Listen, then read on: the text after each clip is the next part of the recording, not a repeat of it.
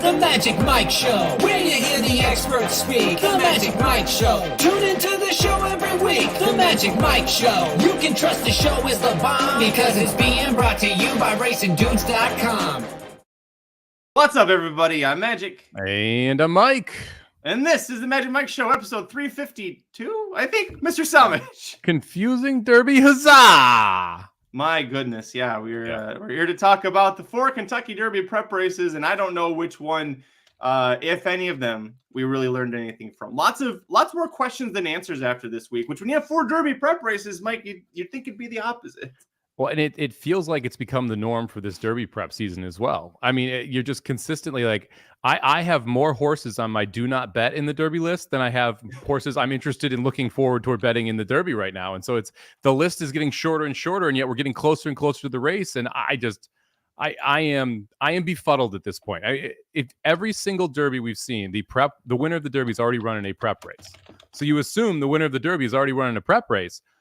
I don't know who I am really interested in betting. And this weekend solidified my opinion on a couple horses, but it's not a good opinion. I want to fade these type horses opinion. Yeah. Like Dr. Tank says, Derby confusion is going to persist till May. I mean, we've got the 100-point preps where you're, the last weekend in March, first weekend in April.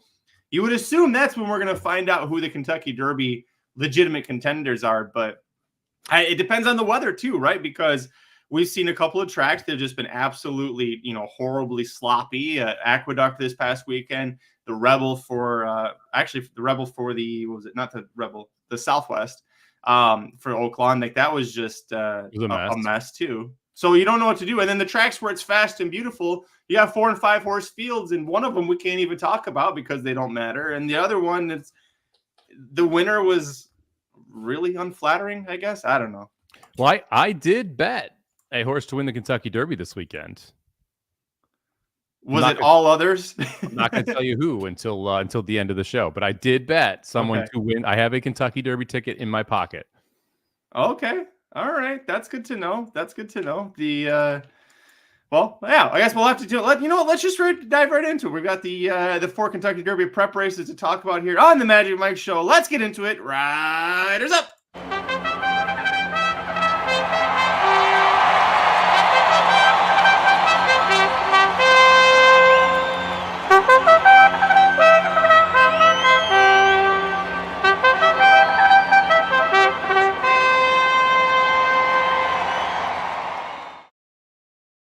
Fox bringing up the Wine Stewart, still his pick. It hasn't run since the Breeders' Futurity, but at least has been working a little bit. So, hell, he might as well be a pick right now that you have because he hasn't disappointed anybody. I liked the Wine Stewart last year. I mean, we need to see him again, but yeah, I mean, that would be one where he's not on the cross-off list. That's about as good as I can say. Yeah, well, a horse that may or may not be on the cross-off list, we'll find out from you soon. We'll hit play on the replay here. The Fountain of Youth Stakes, which was going to be, initially, it was like, oh, this is going to be great. You got Speakeasy, you've got Victory Avenue, you've got Dornoch, you've got Locked, and then Locked is out, and then Victory Avenue is out, and then Speakeasy throws Irad right before during the post parade and cuts himself, and he's going to be gone for a little while. So it's left with Dornoch, who he's 1-5 here, Mike, and he should be 1-5 with this field. He did not win the way you want to see a 1-5 winner race. No, he didn't. And this is a horse that I was a little skeptical, coming into it. He was not in my top 3 when the race was completely full. And so, wasn't a big Dornoch guy after the scratches. The pace situation obviously made it a lot easier for him. You see here the opening quarter there, 24 and change. He never really gets asked through any part of this race until they turn toward the stretch. And look, the second and third place finishers aren't even Derby nominated in this race. This was a nerfed field in every sense of that term. And it's too bad. I'm not high on Speakeasy, but I would have liked to see Speakeasy. I think Victory Avenue was one of those horses I was excited to see this weekend because if he could learn how to stalk, I thought he had a legitimate chance to be a contender in the Derby. And we lose both of them. We lose Locked, who I didn't really know what to do with, but I was interested in seeing what he would do, specifically if all the pace stayed in here. And yeah, I mean, this is one of the more those efforts where you're just like, okay, so he's not very good, right? That's what I take away from this is, yeah, I get you. You only beat what's in front of you, but man, he didn't beat them very impressively. And it feels like if there was anyone in this field, he ends up running second or third. I still think he misses the board if everyone's in this race. And that says something, considering he is now your 8-1 favorite to win the Derby overseas, tied with Sierra Leone, the horse that we've talked about before, who I don't like either, who's also 8-1 right now. And Sierra Leone, like, his big race as a 2-year-old was just missing to Dornoch. Well, now we're in this situation where it's like, are we sure either's good? And that's kind of my prevailing thought here, is that neither of them are very good. Well, we're going to see both of them in the Bluegrass Stakes at Keeneland for their next matchup, or for their next races, which is an interesting move, I would say. By the way, right there, you see, I'm going to pause it quick. Cash to Magic Mike show ticket. $54 after scratches, paid $75.65. Yay. I was mad that Speakeasy got thrown out late, because he was actually the favorite in the pick 3, pick 4, pick 5, and it would have paid almost $169 to Dornoch. But hey, the way Dornoch ran right there, maybe Speakeasy beats him. I don't know. Yeah, it wouldn't have taken much. I'll tell you that. Like, that was like, you want him to win this race by 6 and never be asked and do it. That's what it would take for a horse that is going to win the Kentucky Derby. Now, okay, first off the layoff, maybe he takes a step forward, second off. I'm not sure why we're going to Keeneland. I don't like the Keeneland to Derby route. Like, I would much rather see this horse in the Florida Derby or one of the major derbies like that versus going to Keeneland. But hey, it's these trainers' choices. That's where they're going to go. But this isn't the effort you want. It just isn't. From the horse this is supposed to be the best 3-year-old in training that can run in the Kentucky Derby right now. And Ladam Bro gave him all he could handle in the stretch. Yeah. Yeah, it was bad. I think disappointing was Real Macho, that he didn't. He's a lot more closer to the pace here early than he usually runs, which was calculated risk. I understand why Tyler did it with only 4 horses on. Dancing Groom was never ever involved. No, Javier Castellano was just out there for a Sunday cruise. But the biggest knock I have on Dornoch is that he still runs like a goofball. He still runs like a dummy because he doesn't change his leads. I was in the live show, I was sitting there screaming at him, change your leads. And it's very late when he does it. You would expect that this is his first start since December, first start as a 3-year-old. He should progress next out. But just off of what I've seen here, if it's him versus Sierra Leone in the Bluegrass, I don't want any part of Dornoch. Yeah, I don't want any part of either of them. I'll look for somebody else so I can try and beat with him. And the other problem for me with Dornoch is, like, and this isn't his fault at all. I will completely give him, like, I'm not going to say this is a knock on Dornoch, the horse. I'm saying this is a knock on someone I want to win the Kentucky Derby. He's never not had the lead. I don't know if he has the ability to stalk.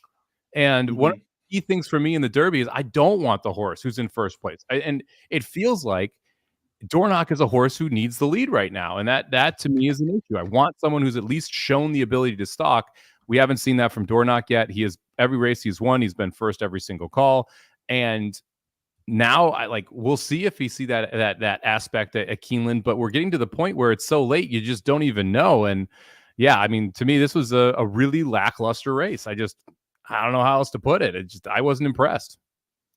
Yeah, well, again, the full brother of Mage, last year's Kentucky Derby winner, you would hope he's going to continue to progress, but as things stand right now, not the horse that we want for the Derby from this past weekend. Let's head over to Aqueduct, where big field, great betting options, horrible racing conditions. Look at this. This is just, there was I don't know if you're watching live, Mike, but race 9 about a 10-15 minute delay because of how bad the weather was. They were under a weather watch. And then, so of course, the Gotham got pushed as well as race 10. What did you make of this race in deterministic? He's only run once. We saw him in August in Saratoga, and he ran well. He shows up here. Good effort, right? Yeah. This would be the one horse from this weekend I'm actually interested in. But the problem is, you know what the track was like when he ran in Saratoga? Yucky. The Saratoga race was fast. And he came from off it. This one was sloppy, and he looked good.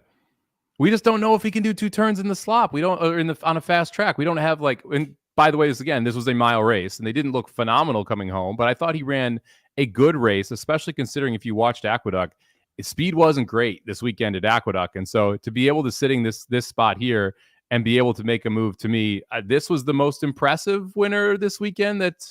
Even the 2 California horses. I think Deterministic was the most impressive, but we really don't know what the next step is, and if distance is going to be an issue long-term for Deterministic or not.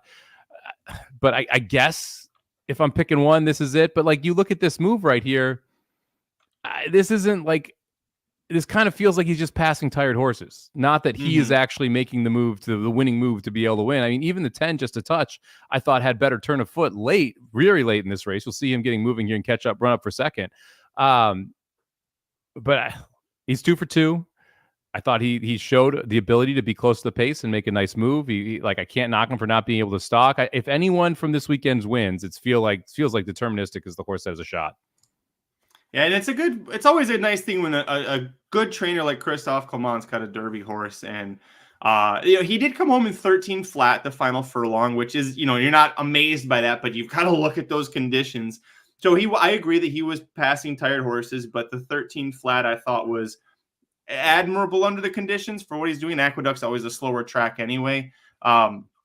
But this was just a touch. I expected more from him. He kind of had the top 4 horses early, pretty much were the top 4 across the board, and just kind of left everybody behind.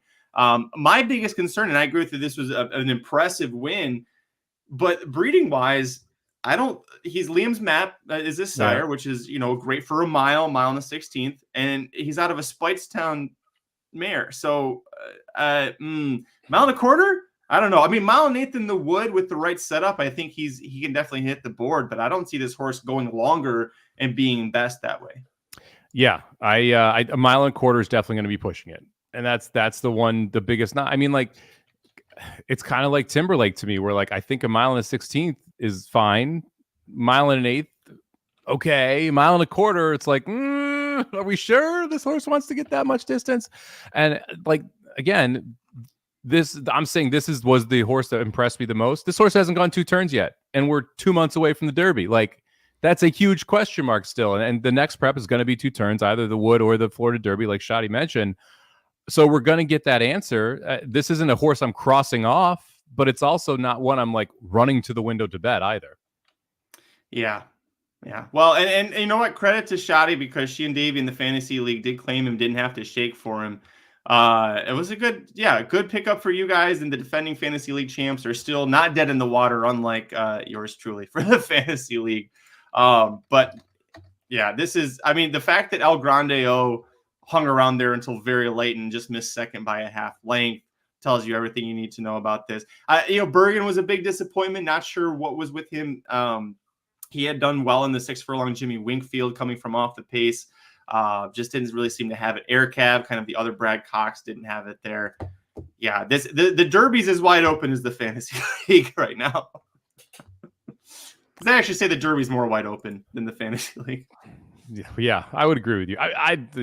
This Derby's a mess, man. I literally can't think of another Kentucky Derby where I've been this like down on the crop. Not saying it like that sets up for a very good betting race. I'm not saying I'm not excited to be able to bet on the Derby. I'm saying like usually by this point I have like 4 horses that I'm like, it's going to be one of these 4. Like last year I liked 2 Phils. Last year I liked what's his face, the Cox horse, Angel of Empire. Mage was this weekend where I kind of had the Mage coming out party after running second.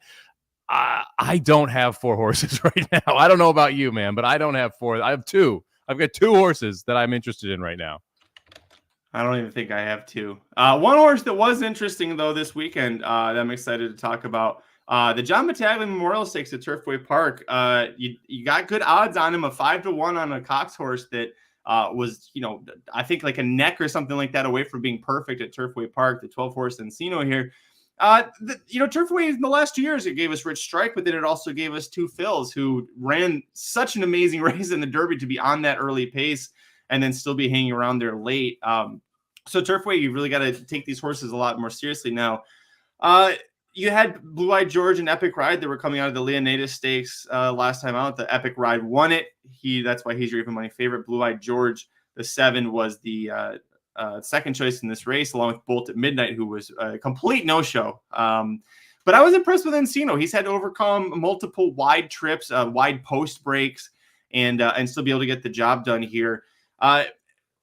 This isn't the Jeff Ruby Stakes. That's really the one where you've got to go with. That's where 2 Phils came out of. He didn't race in this race. He was in the Jeff Ruby. So we're still not quite to where we're like, this is the elite horse coming out of Turfway.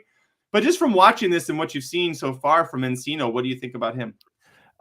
He's interesting, at least. I mean, this is a horse that took a big time step forward in this race. If you go back and you look at what he had done previously, ran 2 maiden special weights, went gate to wire in the second one to kind of break the maiden, was bet heavily in the first, didn't break wonderfully, and then it rushed up.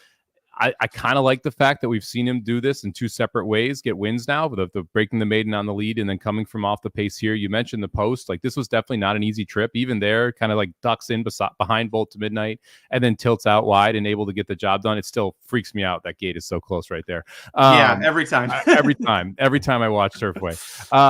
So I thought it was a good win. Numbers wise, it's a little light compared to the other Kentucky Derby preps. And so he still needs to take a step forward. But again, this was the third race for a Brad Cox horse. It's not illogical if you think this horse is going to improve next time out. I have a bias against Turfway. I'll just go ahead and be honest. Any race that is not the Jeff Ruby Stakes, I'm not all that interested in. For me, it's one of those where, like, okay, golf clap, do it again, right? Show me what you got in the Jeff Ruby when it's going to be a little bit more difficult to be able to win the race. But not a cross off. So I guess that's a positive.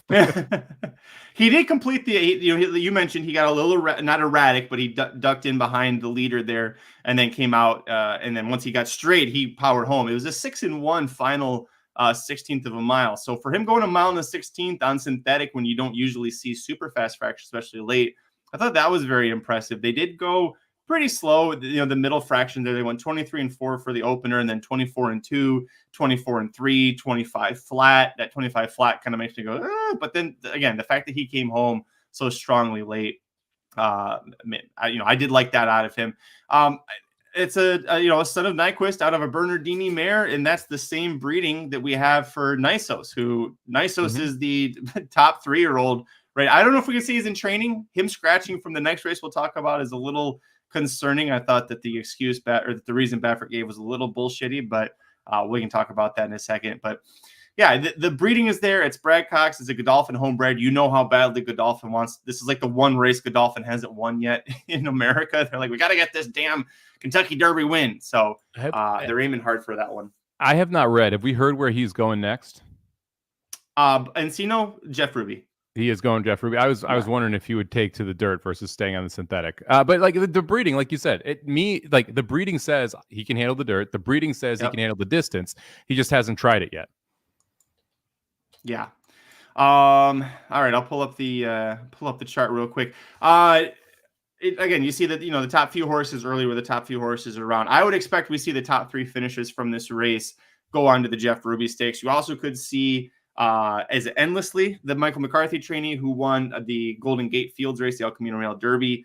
It was on synthetic. He might come over here for this race. You might see a couple other Derby trail hopefuls reroute to the Jeff Ruby Stakes, seeing if a switch to the Turfway Park course maybe helps them out a little bit. That's what Two Phils did last year. Although being by hard spun, that you knew that was going to help.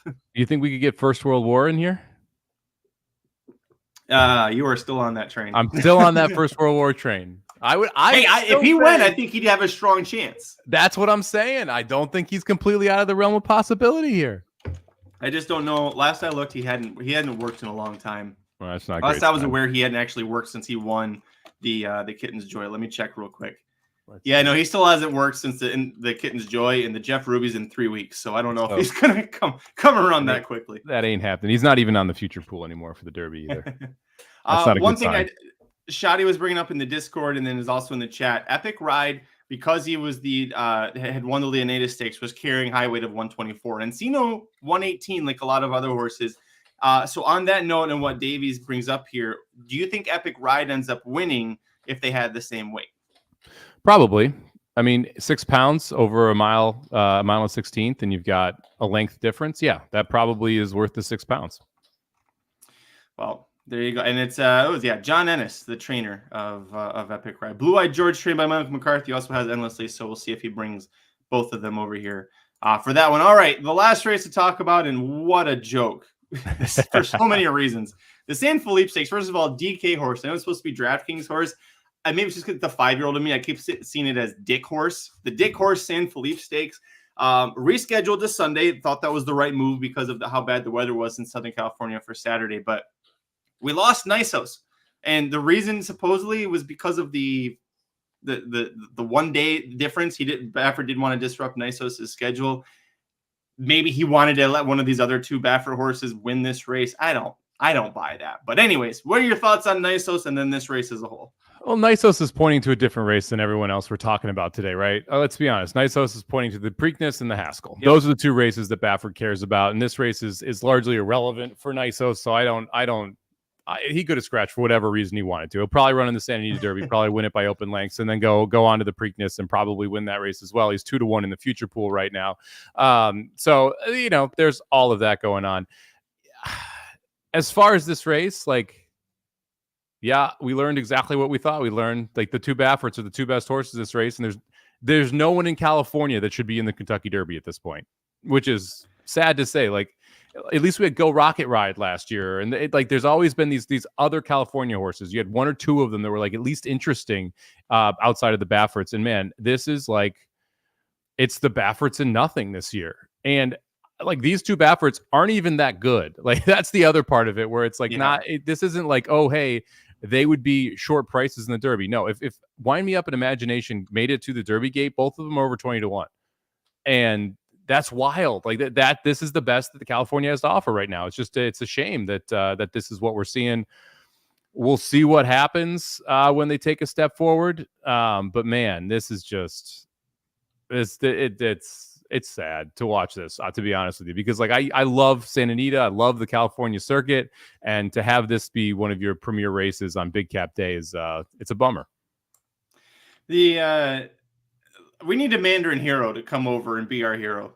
Mandarin Hero would absolutely win that. Well, if Nisos wasn't in the Santa Anita. Watch the one Scatify, by the way. He gets kind of bullied over a little bit by Wind Me Up, who's trying to take the rail. Barrios was fighting the hell out of Scatify, and he wasn't responding. Watch him. Yeah. I mean, he didn't get mugged, Shoddy. That horse did not want to respond. Barrios they'll zoom in here in a second, and you'll see Barrios has still got both feet in the dash trying to stop this horse from climbing up the top of Wind Me Up.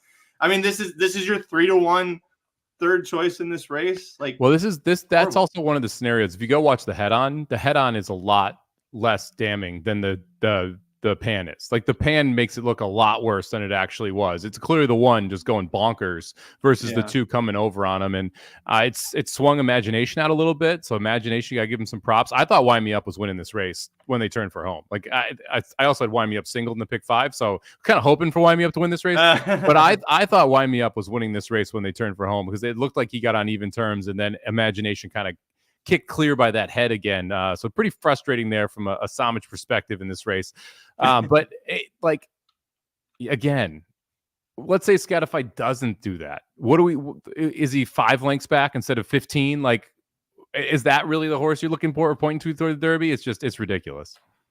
I was on the Triple H Racing podcast last week with Howard, which, by the way, go check it out and subscribe to the Triple H Racing podcast on YouTube. Howard does a lot of great stuff over on his channel, but he was asking me about the California racing, and is there anyone in California that people are excited about or think might make the Derby or have a chance? And he brought up Scatify, and before the safely, it was no, Scatify is not a serious threat. This was wait for it.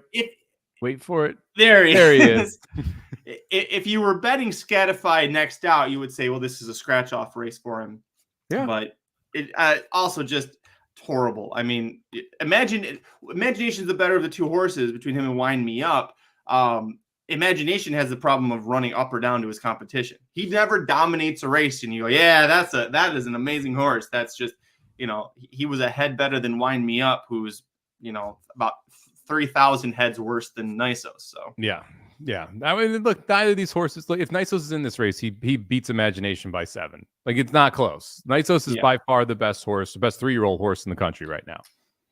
I mean, even look at the fractions, the fact that they went 26, basically 26-2 from the 3/4 of the mile, and then 6-3 for that last 16th. And they were all out, and that's not great. No, it's not. And they didn't go that fast early. This is Santa Anita, 23:47. It's not burning it. This is a all-time comment by Sylvia, by the way. The tractor was honking the horn at Scatify. I love that. That's amazing. They were about to run him over with the rake. He was going so slow at the end of that race. Yeah. I mean, this is just This it's a bummer. How many horses do you think we end up with in the San Diego Derby? Yeah, I saw that question from oh shoot, where'd it go? Someone said over under 6.5 horses. There's Car Ramrod.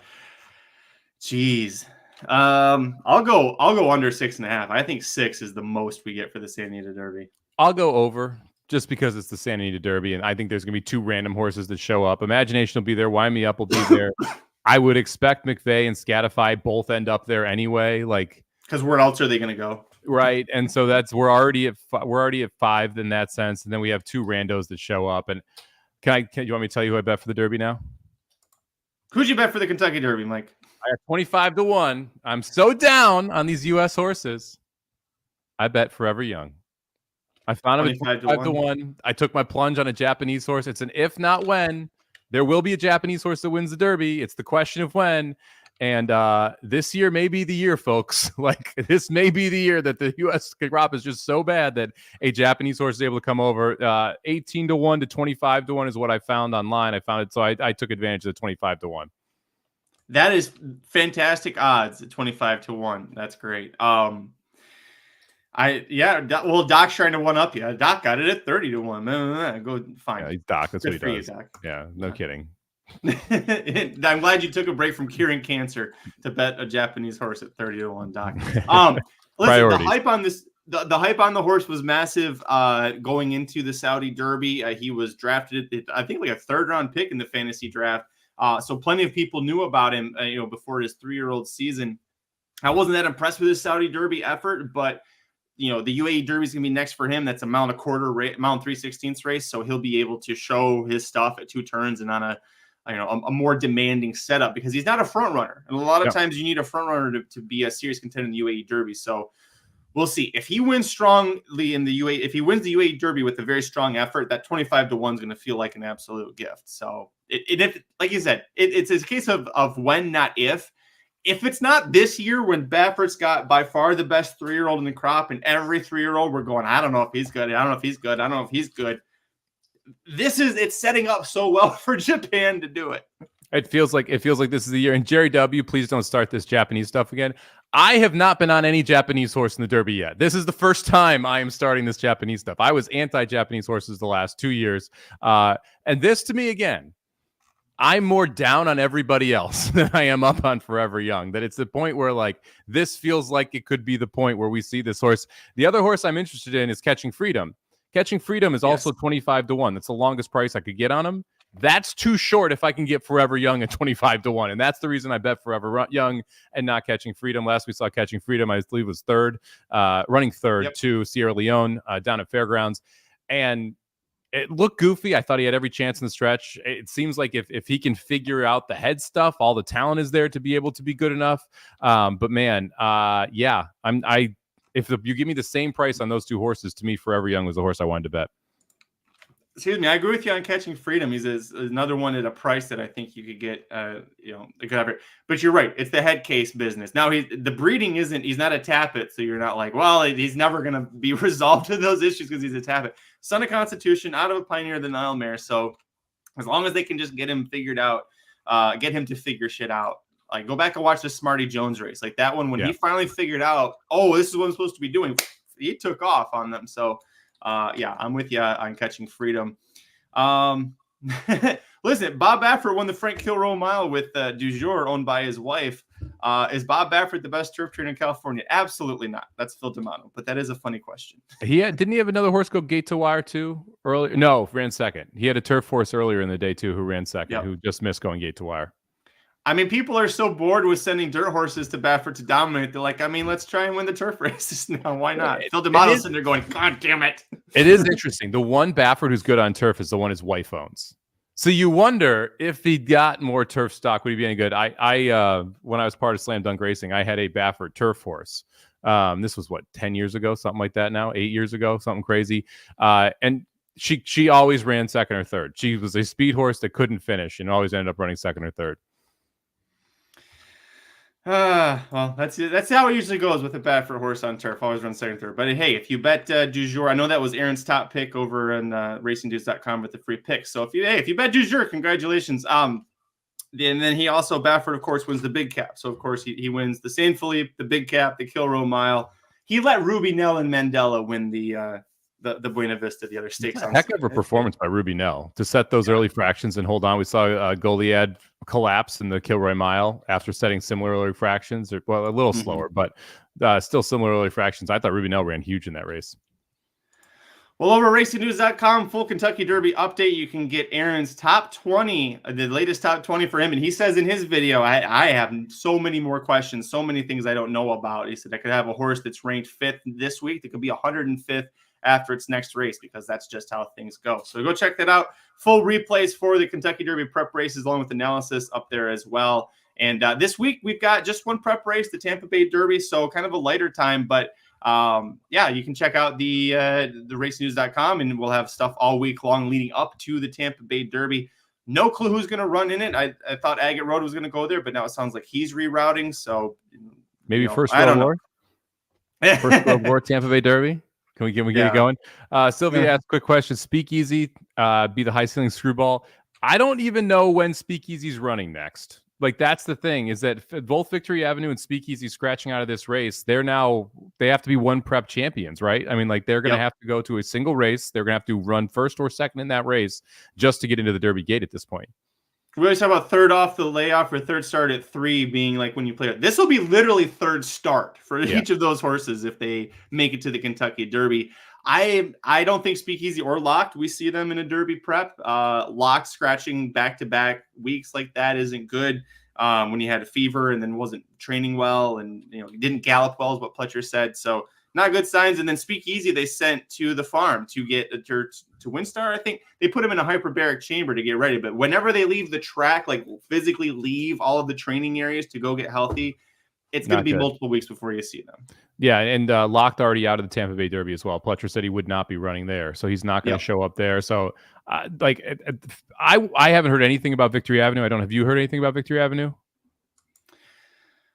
No, I don't know. I don't. Just that he wasn't 100% that morning. They said he was quiet. That was so they scratched him. But they didn't say anything about future plans. He would be the one of the two that I would be interested. Like I've always said, Speakeasy I think is a better horse it's not going at his best at 1.25 miles. So for me, it was the Victory Avenue was the one I was excited to see run in the Fountain of Youth, and we'll see if he ends up somewhere else, if we see that name pop back into the entry box sometime soon. But yeah, it looks like Locked not going to make the Derby because of issues. It looks like Speakeasy not going to make a future prep. So it's going to be tight here. And it's going to be like, the funny thing is Marco mentions like the Breeders' Cup Juvenile winner curse continues.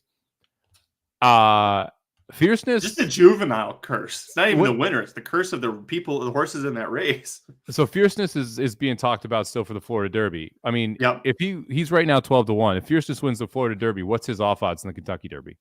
Oh, this year 4-1, 3-1. He's the favorite.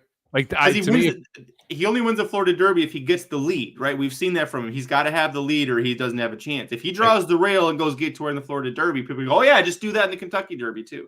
He won from second place in the Breeders' Cup Juvenile. He stalked in that race. He was outside of a Chad Brown sprinter. That's how that happened for him. That's fair. I don't think Fierceness at 12-1 is the worst bet. I'll just say that. Because if he makes the gate, he's going to be shorter than that price. From a value perspective, I'll agree. I still wouldn't touch Fierceness for the Derby right now. But from a value perspective, yes, you are correct. And that's usually when you bet futures, that's what you've got to be thinking is what will this horse be on Derby? Forever Young, if he wins the UAE Derby, he's going to be 5-6-1. Yeah. So to me, that's one of the, I think he wins the UAE Derby. I think he's sub 10-1, and if he gets to the Derby gate. And the one thing you can say about these Japanese horses, they do run when they qualify. They do end up running. So that's at least a positive there if you're backing them. Well, thanks everybody for joining Mike and I to talk about everything Derby this past weekend. Hopefully we gave you a little bit more clarity, even if we don't have it ourselves. But we really appreciate you taking time to join us. Like I said, head over to racingnews.com for free picks for every race, every track across the country. Of course, premium picks and the Somobombs. You can get those as well on the handicapping products page. Follow us on Twitter. I'm at Curtis Kalleward. He is at Somobomb18, number 8. And of course, follow Mike for his VSIN hits and for all the coverage for March Madness, because that's going to be heating up pretty soon, right, buddy? Yeah, March Madness just a couple weeks away. We got NHC in 2 weeks in Las Vegas, so the crew will get back together. If you qualify for NHC, come say hi. We'll be at table 141 again this year. Hopefully, we can run it back to the final table like we did a couple years ago. And then next weekend, March Madness kicks off. So, we'll be in Vegas for March Madness, covering that for VSiN, and it's going to be a blast, man. The March, like we're talking about the Derby being wide open. March Madness, just as wide open this year. You've got UConn, you've got Houston, and then you've got a bunch of teams that have major holes in their team, either offensively or defensively. So it's going to be a very interesting March Madness season as well. Speaking of that, too, if you want to tail some great college basketball picking, Papa Dude has been red hot for the last month and a half over at Racing Dudes on the Best Bets page. So go check him out if you want to bet college basketball. But Mike and I'll be back for Thursday's Magic Mike show. We're going back to one of Mike's favorite tracks, Tampa Bay Downs, because it's the only track running with any real purpose this weekend. But lots of big stakes action over at Tampa Bay Downs, so including the Tampa Bay Derby. So join us on Thursday, March 4, 5, 6. March 7th, that's what day that's going to be at 5 Eastern, 2 Pacific. Until then, I'm Magic. And I'm Mike. Good luck this week. The Magic Mike Show, where you hear the experts speak. The Magic Mike Show. Tune into the show every week. The Magic Mike Show. You can trust the show is the bomb because it's being brought to you by RacingDudes.com.